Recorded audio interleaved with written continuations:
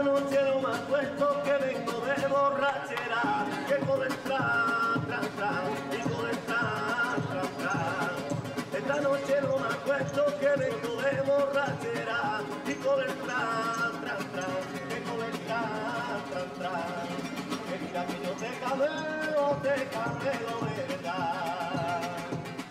Que mira que yo te camelo,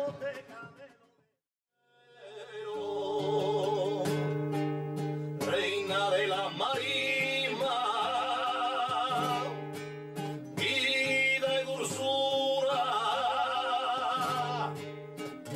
esperanza nuestra de cada día.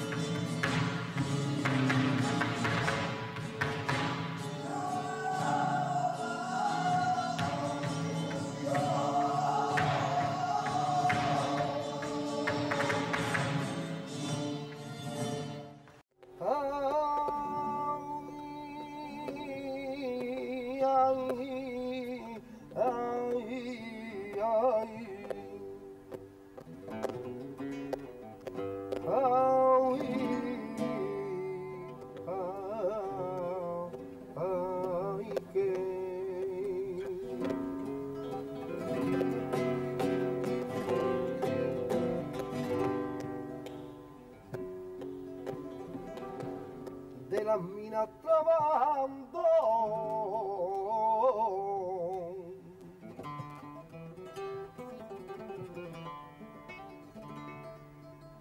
yo te he comprado un vestido de las minas trabajando.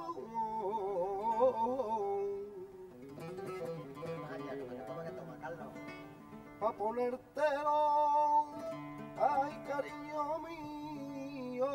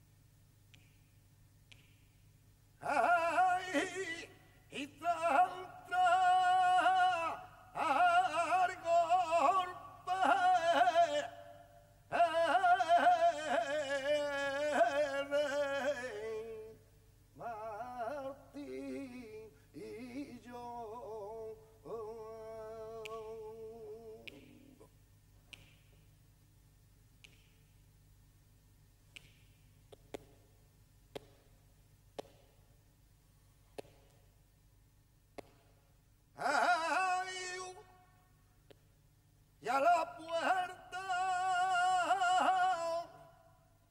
de la fragua.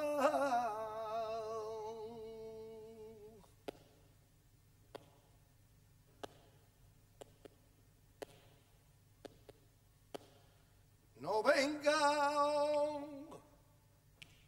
a verme mal.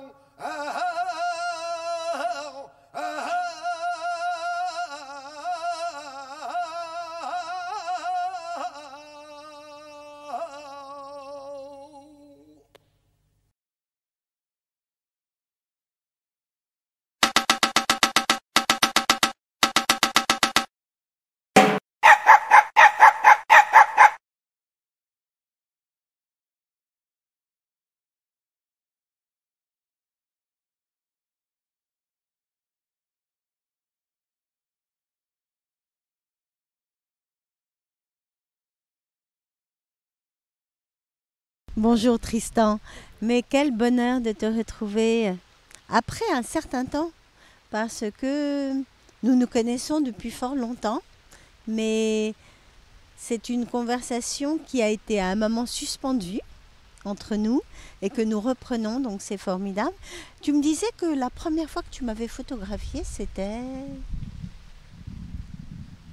Alors la première fois où je t'ai photographié, c'est-à-dire en fait la première fois que j'ai photographié une de tes chorégraphies, c'est à mon sens, enfin dans mes souvenirs, en 1983 à Aix-en-Provence, à l'époque de ce festival de danse à Aix. Voilà. Et puis peu de temps après, la première fois où je t'ai photographié toi, c'est-à-dire où j'ai fait des portraits ou assimilé portraits, c'était au Mont-Saint-Michel, peut-être 6 mois ou 1 an après. En fait, avant que tu sois nommée directrice du centre chorégraphique de Caen. Et puis une fois que tu as été nommée à Caen, effectivement, moi j'ai continué à suivre ton travail, puisque moi à l'époque je travaillais pour une agence, l'agence Enguerrand, spécialisée dans la culture, et que dans le cadre de cette agence, mon travail était axé principalement, pas que, mais quand même principalement, sur la danse contemporaine. Voilà. Donc oui, ça fait un paquet de temps. Voilà. Oui, ça fait longtemps et je trouve que c'est intéressant de revenir un tout petit peu sur cette période, sur ces années-là. Tu parles de danse contemporaine. Bon, mon analyse est que la danse contemporaine a quand même perdu de sa visibilité, de son affichage, et peut-être que la génération de chorégraphes qui est la mienne était finalement la première génération de chorégraphes contemporains français, puisque le néoclassique qui a fait suite à la tradition classique française avait complètement occupé le terrain jusque dans les années 1980. Ce sont les années Lang-Mitterrand qui ont permis à la danse contemporaine d'exister. Toi, très vite en tant que photographe, avec ton œil et ta sensibilité par rapport aux images et au corps, tu t'es spécialisé dans la danse contemporaine. Ça m'intéresserait que tu nous racontes ce que pouvait être pour toi à ce moment-là, ce phénomène de la danse contemporaine française. Comment dire moi, c'est vrai que j'ai eu la chance, on va dire, d'assister à la naissance ou l'explosion plutôt de la danse contemporaine en France, avec des chorégraphes tels que toi, mais aussi je pense à Jean-Claude Galota, Régine Chopineau, Catherine Guiverès, enfin voilà, c'est effectivement cette génération de chorégraphes qui ont, à mon sens, enfin pas, je dis à mon sens, mais enfin beaucoup de gens sont d'accord là-dessus, ont inventé quelque chose de nouveau au début des années 80. Il se trouve que moi j'étais jeune photographe, comme on dit, que je suis tombé là-dessus, que ça m'a fasciné. Moi je dirais que j'ai eu 2 grands chocs culturels dans ma vie, enfin dans mes jeunes années. C'est quand j'avais 11-12 ans, la première fois où j'ai écouté les Rolling Stones, je me suis dit waouh, ça c'est pour moi. Et j'avais, oui, 11-12 ans, c'était début des années 60. Et puis cette découverte de la danse contemporaine au début des années 80. Et c'est vrai que ça a été un choc esthétique pour moi. Et comme j'étais photographe et que j'avais déjà commencé à faire des photos de spectacle, plutôt de théâtre à l'époque, ça m'a fasciné. Il y a quelque chose qui m'a fasciné. Et je me suis dit, je veux en savoir plus, quoi. Donc, et de fait, je travaillais dans le cadre d'une agence, donc je commençais à avoir aussi mes photos qui étaient publiées dans la presse, nationale, voire internationale. Donc j'ai joint l'utile à l'agréable, en quelque sorte. C'est-à-dire je faisais vraiment mon métier de photographe de presse, mais aussi j'allais à la découverte de gens tels que toi et puis quelques autres que je viens de nommer. Alors moi, j'irais presque jusqu'à dire qu'aujourd'hui, rien ne se compare à ce que nous produisions. Pourquoi? Parce que, alors je vais citer une chorégraphe qui pour moi est très emblématique, parce que c'est une des plus célèbres actuellement. La danse ayant perdu beaucoup de visibilité, il y en a beaucoup moins de chorégraphes aujourd'hui dont le grand public pourrait citer les noms. Je vais citer Crystal Pite, tu vois, Crystal Pite, que tu ne connais pas, et pourtant elle a été appelée par l'Opéra de Paris récemment pour fêter les 300 ans, je crois que c'est les 300 ans, de l'Opéra de Paris. Et c'est une chorégraphe canadienne qui aujourd'hui fait partie, elle a dansé chez William Forsythe et elle fait partie vraiment des chorégraphes qui sont peut-être emblématiques de ce que peut être la danse contemporaine. Je ne parle pas du hip-hop, je ne parle pas du néoclassique, parce que ces deux disciplines ont pris quand même beaucoup de terrain. Et le travail de Crystal Pite, j'en parle, est un travail qui revient à une sorte de monstration du corps en mouvement, non intégrée à l'image. J'en parle parce que toi tu es photographe, l'image au sens où l'image et l'imaginaire dans des décors. Je pense à effectivement tous ces chorégraphes que tu as cités, Jean-Claude Galetta qui faisait sortir dans... rappelle-moi. Je connais que les survivants. Non, pas les survivants. Enfin, une des grandes pièces du groupe Émile Dubois, les petits enfants qui sortaient des trappes.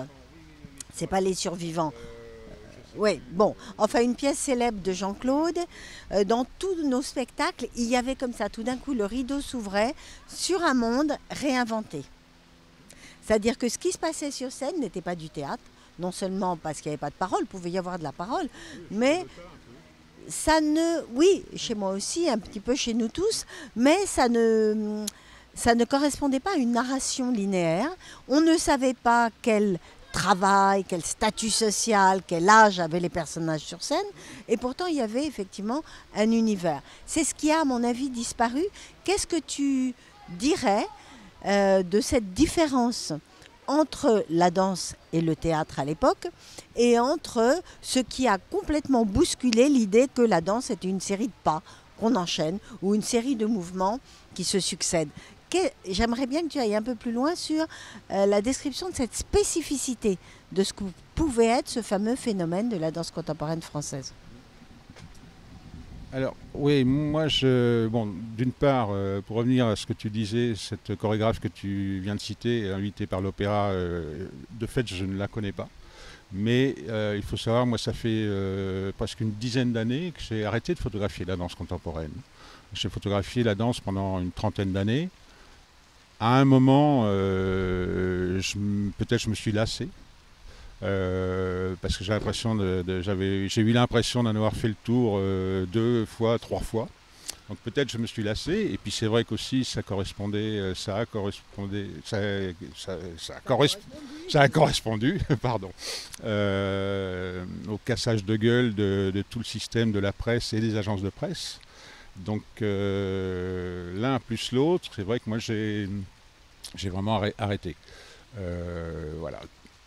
Pour la seconde partie de ce que tu développais,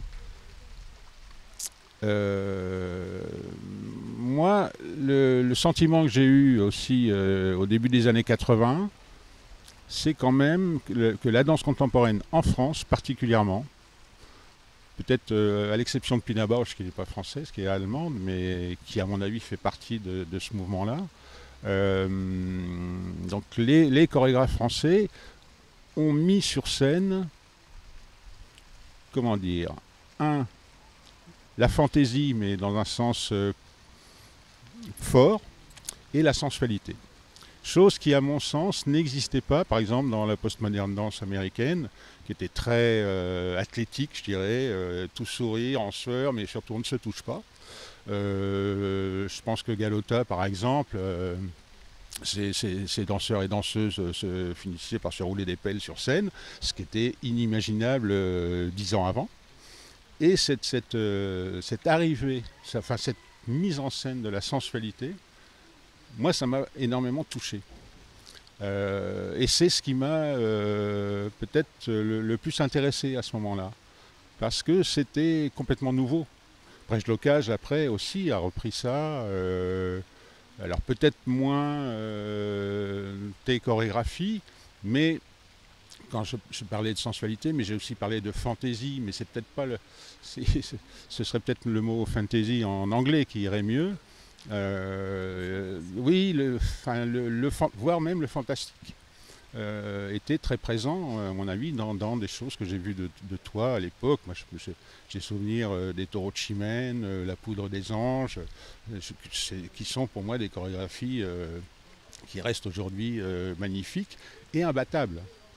Et j'en reviens peut-être à ce que tu disais avant, c'est qu'effectivement la danse contemporaine aujourd'hui a peut-être moins de visibilité, mais c'est un peu comme s'il y avait un creux de la vague au niveau de gens qui pourraient inventer quelque chose aujourd'hui. Parce que le hip-hop qui a pris une place énorme, moi c'est pareil, j'en ai beaucoup photographié à un moment, enfin un peu au début du hip-hop, et je trouvais que ces gens étaient peut-être d'excellents interprètes, physiquement, mais que parfois ils avaient un imaginaire de bébé, quoi. Donc il manquait la dimension... oui, fantasme, fantaisie, fantasy. Voilà. Alors écoute, tu peux pas imaginer comme ça me ravit que tu parles de sensualité parce que effectivement, je crois que là est la particularité. On est quand même dans les années 80, dans l'après 68, qu'on le veuille ou non, l'après années 70 qui sont les années qui permettent à la sensibilité de 68 de rentrer dans la vie. Parce que 68, c'est le moment du projet, d'un projet de vie, d'une révolution par rapport à des codes vestimentaires, par rapport à des codes comportementaux. Donc ça, c'est le moment où le projet se dessine. Et ensuite, c'est dans les années 70, je pense, qu'il s'incarne. Et les années 80 sont pour moi dans le droit fil de cette espèce de prioritarisation nécessaire du corps, une fois que, avec 68, Dieu est un petit peu plus mort encore qu'avant. Dieu meurt, je pense, de manière un petit peu... Il n'est jamais mort pour moi, mais il meurt un peu plus en 68, voilà. Et donc le dualisme, avec lui, le fameux dualisme chrétien, s'en va tout doucement. Et ça, je dirais à l'aune de la prise de pouvoir, du virtuel et du numérique aujourd'hui, c'est une dimension que je trouve passionnante. C'est-à-dire qu'à l'époque, la pulsion, le désir, toute cette espèce d'antichambre de la conscience ou d'arrière-boutique par rapport aux opérations conscientes prend le dessus et c'est ce discours de l'inconscient qui, passant par le corps, se projette sur scène. Et je crois que c'est d'autant plus remarquable d'en parler aujourd'hui quand on dit la danse a changé, mais c'est toute la société peut-être qui est en train à nouveau d'éliminer la sensualité, le rapport au désir et à la pulsion. Qu'est-ce que tu en penses, toi qui maintenant, en tant que photographe, utilise quand même le numérique? Qu'est-ce que tu penses tout d'un coup de ce bond dans une nouvelle forme de dématérialisation et d'abstraction à travers le virtuel? Waouh, vaste programme. Non, ce que tu disais, ça me fait penser... je pense que le début des années 80 qu'on évoquait tout de suite, toi en tant que créatrice et moi en tant que photographe, donc témoin, je pense que ça a été une période historique dans la culture. Et que ces périodes, mais j'évoquais les Rolling Stones tout à l'heure, mais c'est la même chose dans le rock. Il y a des gens qui arrivent, qui font des trucs magnifiques, nouveaux, inconnus, avec un public qui suit derrière, et puis ça retombe, et puis ça peut repartir, mais ça peut prendre du temps. Et là, j'ai l'impression, mais je l'ai dit, donc je le redis, qu'on est un peu au creux de la vague, enfin à mon sens. Mais parce que moi, j'ai connu cette époque-là, et j'en suis j'en suis pas nostalgique, mais je suis presque fier en quelque sorte d'avoir été le témoin de ça. Donc là, je m'éloigne un peu du numérique, je reviens à l'historique. Après l'évolution, moi effectivement en tant que photographe, j'ai travaillé pendant 20 ans en argentique, comme on dit maintenant. À l'époque on ne disait pas argentique, on disait photographie. Bon, maintenant on dit argentique pour situer dans le temps. J'ai bossé 20 ans en argentique et maintenant ça fait 20 ans que je bosse en numérique. Et pour moi, cette évolution technique, en fait, ça n'a pas changé grand-chose. Ça n'a pas changé grand-chose à ma façon de photographier. C'est-à-dire que je photographie en numérique avec l'héritage que j'ai de l'argentique. C'est-à-dire je fais gaffe à la prise de vue, au cadrage, à la lumière, des choses comme ça. Et me semble-t-il, le plaisir que j'ai aujourd'hui à travailler mes images sur un ordinateur est quasi identique au plaisir que j'ai eu à travailler mes photos en labo, à choisir un type de papier, à bidouiller les images, à rajouter de la lumière là, en enlever, à choisir un type de révélateur, à choisir une quantité de lumière avec le diaphragme enfin voilà. Tout ça, moi, ça a été un grand plaisir. Je l'ai fait pendant 20 ans. Là, ça fait 20 ans que je bosse en numérique et j'ai le même plaisir, et là je parle vraiment plus de technique mais de plaisir, à travailler mes images sur un écran. Voilà, je pense de toute façon, cette évolution-là, moi c'est vrai que le passage argentique-numérique a été douloureux. C'est-à-dire que pendant 6 mois, j'avais l'impression de ne plus savoir faire grand-chose. Mais à partir du moment où je suis devenu autonome en numérique, est revenu ce plaisir, c'est une espèce de plaisir retrouvé de la photographie.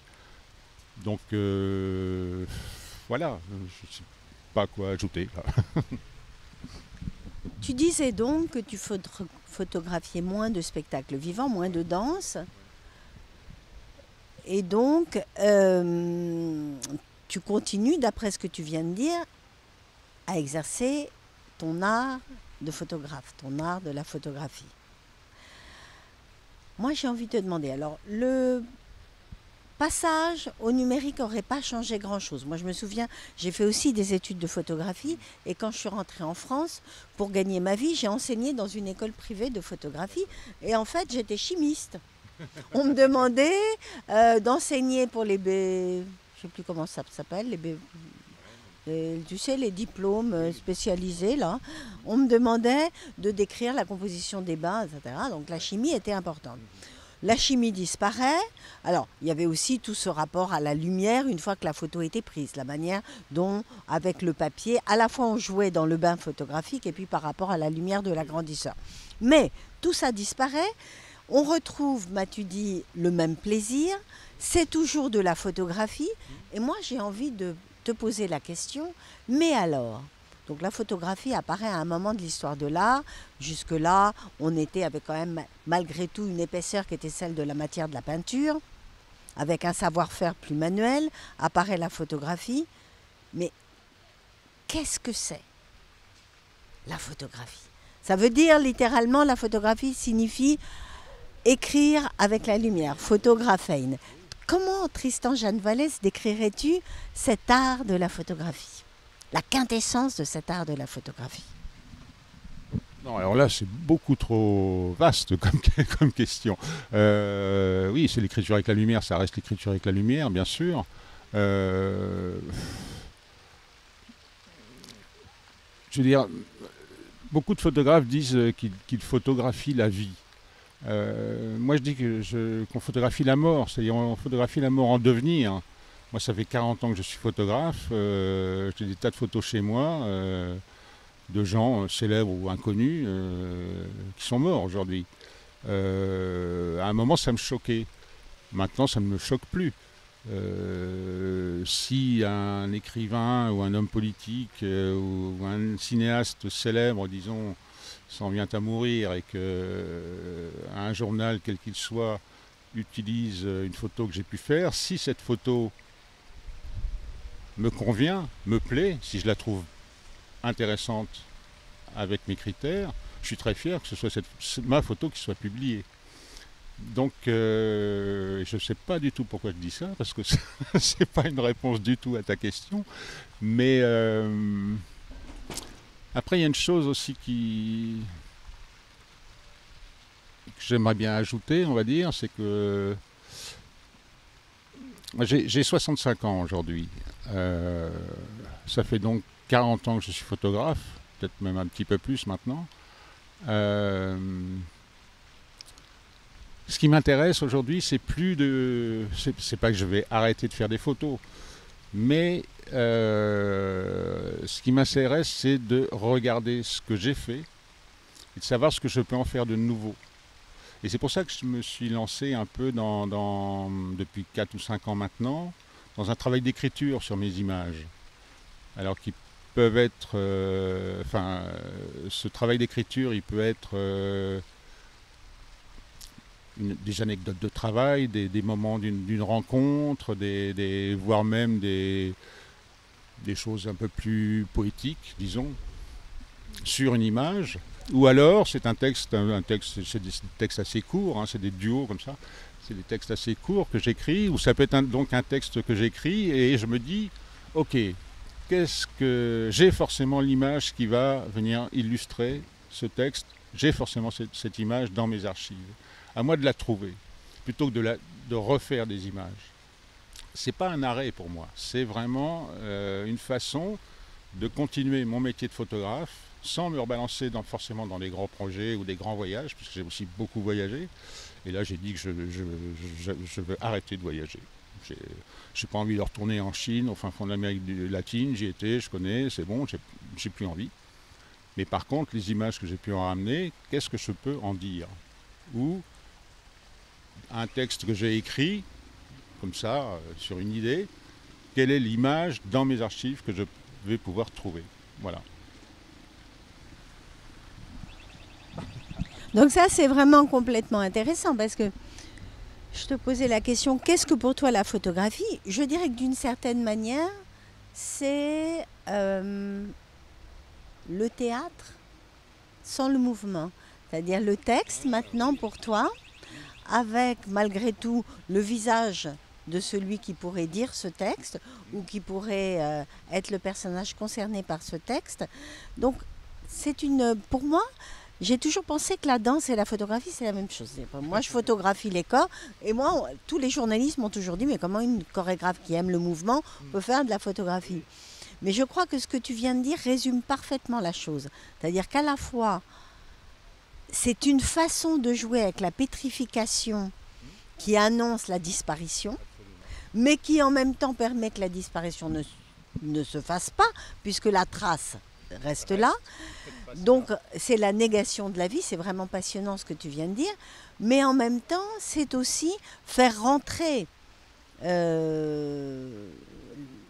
un corps dans un univers qui le sort de la réalité, contrairement à ce qu'on dit la plupart du temps.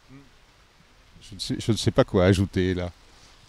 Je pense qu'on dit la même chose là. Donc voilà, je pense on est d'accord à la fois sur ce que peut être ou a pu être la danse contemporaine, ce qu'est ou a pu être la photographie. Je pense qu'on est assez d'accord. Est-ce que tu pourrais décrire ton écriture maintenant littéraire par rapport à ces images avec lesquelles tu es connecté? Il faudrait que j'en lise, ce serait plus simple. Hein. Ça peut être... ce que j'aime bien dans l'écriture, disons, c'est raconter une petite histoire, mais en n'oubliant pas on utilise des mots, on utilise la langue française. Donc il faut, je dirais, sculpter un peu la langue. Il ne s'agit pas juste de raconter une anecdote. Il faut choisir les mots, il faut choisir la ponctuation, il faut choisir les phrases, il faut les construire. C'est un travail, c'est de la sculpture, c'est de la sculpture du langage. Moi, c'est ce qui m'intéresse, c'est les écrivains que j'admire, par exemple. Je vais citer juste un exemple, Pierre Michon, qui est vraiment pour moi au sommet de la littérature, de l'écriture. Je dis comme ça, quand on me demande c'est qui Pierre Michon, parce qu'il n'est pas super connu, mais enfin bon, peu importe.